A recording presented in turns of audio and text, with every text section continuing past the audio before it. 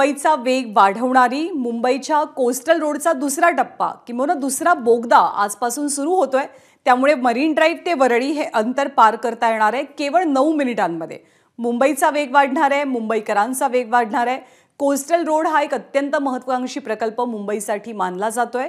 याच्या एका टप्प्याचं एका बोगद्याचं उद्घाटन काही महिन्यांपूर्वी झालंय, तर आज दुसरा बोगदा सुद्धा सुरू होणार आहे आणि याच्याच पार्श्वभूमीवरती पूजा अर्चनाही सुरुवात झालेली आहे।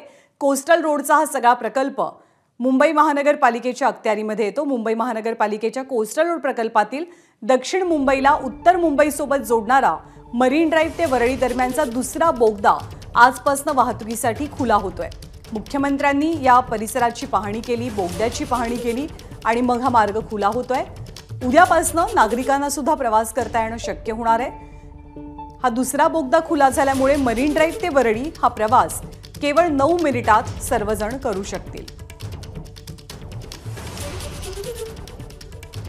मुंबईतली वाढती वाहतुकीची समस्या विचारात घेता मुंबईकरांचा प्रवास वेगवान आणि जलद होण्यासाठी कोस्टल रोडची निर्मिती झाली आहे।